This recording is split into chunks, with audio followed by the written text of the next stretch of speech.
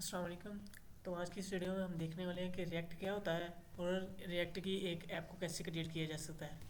तो सबसे पहले हमने अपने क्रोम में जाना है।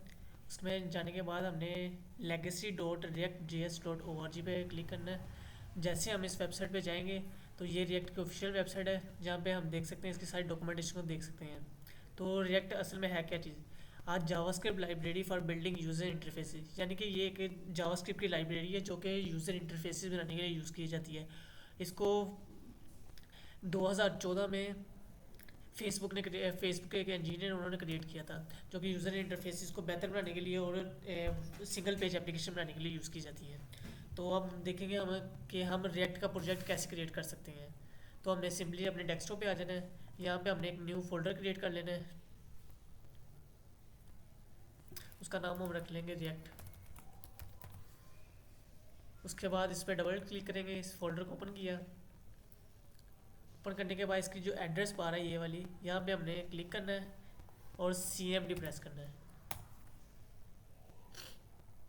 CMD प्रेस करेंगे, जैसे ही हम CMD प्रेस करेंगे हमारे पास ये जो विंडो का कमांड प्रॉम्प्ट है वो ऑन हो जाएगा और हम इस फोल्डर के अंदर आ चुके हैं। यहाँ पे हमने एक कमांड प्रेस करनी है, एंटर करनी है npx create react ऐप, और उसके बाद हमने जो अपना रिएक्ट का प्रोजेक्ट बनाना है उसका नाम क्या रखना है। जैसे कि मैं इसका नाम रख देता हूँ माई रिएक्ट ऐप। ये प्रेस करने के बाद, एंटर करने के बाद हमने एंटर प्रेस करना है। तो ये थोड़ा सा टाइम लेगा। टाइम लेने के बाद विद इन 2 to 3 मिनट्स के अंदर ये हमारी एक रिएक्ट का एक प्रोजेक्ट क्रिएट करके हमें दे देगा।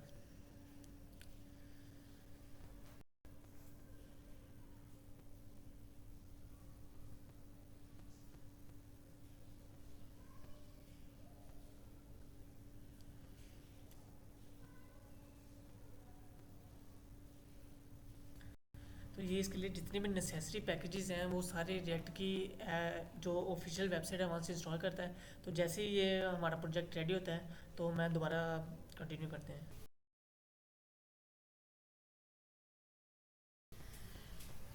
तो जैसा कि हमारी ये ऐप सक्सेसफुली क्रिएट हो चुकी है, तो ये सारा इसका प्रोसेस है। विद इन 3 to 4 मिनट्स लगे हैं हमारी इस ऐप को क्रिएट होने में। तो अब हम टाइप करेंगे कोड डॉट। जैसे हम प्रेस करेंगे हमारा ये जो करंट प्रोजेक्ट है ये हमारा VS कोड के अंदर ओपन हो जाएगा।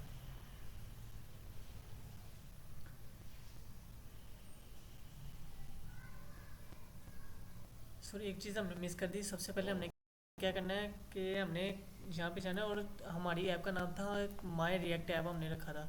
तो हमने CD प्रेस करना है, यानी कि चेंज डायरेक्टरी। उसके बाद माई रिएक्ट ऐप प्रेस करने के बाद एंटर प्रेस करेंगे। उसके बाद हमने कोड डॉट लिखना है। जैसे ये करें तो फिर जो हमारा प्रोजेक्ट जो है वो VS कोड के अंदर ओपन होगा। तो जैसे VS कोड ओपन होगा हमने इसका ट्रस्टेड द ऑथर और ये इस पर क्लिक कर देना है। तो ये हमारा एक प्रोजेक्ट का प्रोजेक्ट जो है ऐप है वो ऑन हो चुकी है। तो इसके अंदर जो हमारे जो फाइल स्ट्रक्चर है वो अब आपको समझाएं। सबसे पहले हमारे पास आता है फोल्डर नोड मॉड्यूल्स का। नोड मॉड्यूल्स के अंदर सारी डिपेंडेंसीज और सारे पैकेजेस हैं जो कि हमारी रिएक्ट की ऐप को चलाने के लिए यूज़ होने हैं। इस हमारा इससे कोई लिंक नहीं है, ये ऑटो जनरेट होते हैं और हमने इनको कोई भी कभी भी नहीं छेड़ना। उसके बाद आता है हमारा पब्लिक फ़ोल्डर। पब्लिक फ़ोल्डर के अंदर सबसे पहले ये हमारा एक आइकन है, फैब आइकन, जो कि हमारी अक्सर जब हम क्रोम पर वेबसाइट ओपन करते हैं उनकी साइट पे शो होता है। उसके बाद जो हमारी यहाँ पे पब्लिक के अंदर जो मेन फाइल है वो हमारी है index.html की फाइल। जो हमारा ब्राउज़र होता है वो जावास्क्रिप्ट को नहीं समझता, वो सिर्फ हम समझता है HTML को। तो हम क्या करते हैं, अपना कोड सारा रिएक्ट में करेंगे, रिएक्ट से वो जावास्क्रिप्ट में कन्वर्ट होगा, जावास्क्रिप्ट के बाद वो जाके HTML में कन्वर्ट होगा और हमें जो एट द एंड शो होगा वो हमें HTML ही शो होगी। तो हमारी ये मेन फाइल है, जो हमारा सारा कोड मर्ज होने के बाद इस फाइल के अंदर आएगा और ये फाइल हमें आगे शो हमारा जो रिएक्ट का जो जितना भी कोड है वो शो कराएगी। उसके बाद बाकी ये जितनी फाइलें हमारा इससे कोई कंसर्न नहीं है। उसके बाद जो मेन फोल्डर हमारा आता है वो है SRC फोल्डर। SRC फोल्डर के अंदर हम अपने मेन इंडेक्स की फ़ाइल, index.js की फ़ाइल यानी जावास्क्रिप्ट की मेन फाइल, और उसके बाद जितने भी हम रिएक्ट के कंपोनेंट्स बनाएंगे वो सारे इसके अंदर स्टोर किए जाएंगे।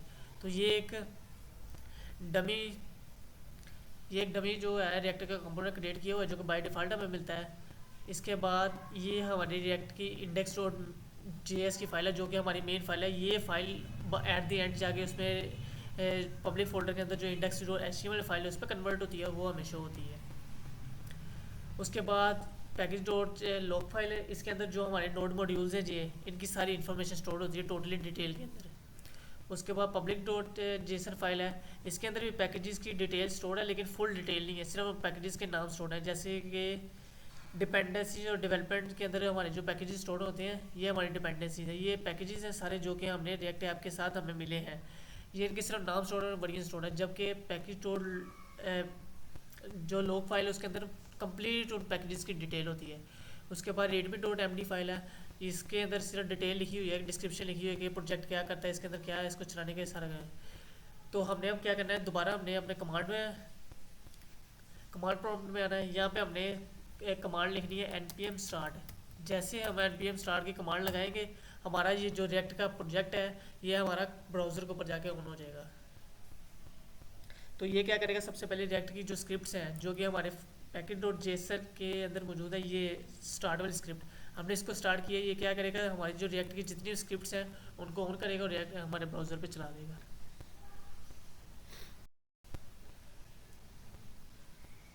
तो ये स्टार्टिंग द डेवलपमेंट सर्वर, जैसे ही स्टार्टिंग में डेवलपमेंट सर्वर होगा, हमारा जो प्रोजेक्ट है वो लोकल होस्ट 3000 पे चलना स्टार्ट हो जाएगा।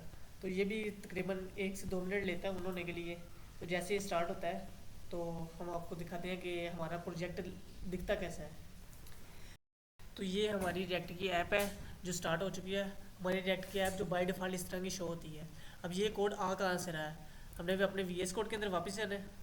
जैसे वी कोड के अंदर जाएंगे, हमारा ये SRC के अंदर app.js का फोल्डर कंपोनेंट है। इस कंपोनेंट के अंदर ये जो कोड लिखा हुआ है ये सारा वहाँ पे शो हो रहा है। जैसे कि मैं इसको चेंज करता हूँ, लर्न रिएक्ट एंड जावास्क्रिप्ट। तो जैसे मैं इसको सेव करूँगा और क्रोम पे वापस आऊँगा तो देखें ये हमारा पहले लर्न रिएक्ट लिखा हुआ था, उसके साथ जावास्क्रिप्ट आ गया। यानी कि जो हमारी ऐप वाली फाइल है यही ये कोड हमें शो हो रहा है। ये code at the end convert होता है इसके अंदर इंडेक्स डॉट एचटीएमएल के अंदर, इंडेक्स डॉट जेएस के अंदर। और इंडेक्स डॉट जेएस वाला कोड है वो एट द एंड जाके हमारा पब्लिक फोल्डर के अंदर इंडेक्स डॉट एचटीएमएल फाइल में कन्वर्ट होता है। और ये फाइल एट द एंड मेरे ब्राउज़र पे होस्ट होती है और जहाँ वहाँ पे जाके सारा कोड शो कराती है। तो ये थी सिंपल हमारी रिएक्ट ऐप। इसमें हमने देखा इस वीडियो में कि रिएक्ट होता क्या है, रिएक्ट का प्रोजेक्ट बना किस तरह सकते हैं, उसका फाइल स्ट्रक्चर क्या होता है, और लोकल ऑथोरिटी में जब होस्ट होती है तो हमारा प्रोजेक्ट दिखता कैसा है। So thanks for watching this video.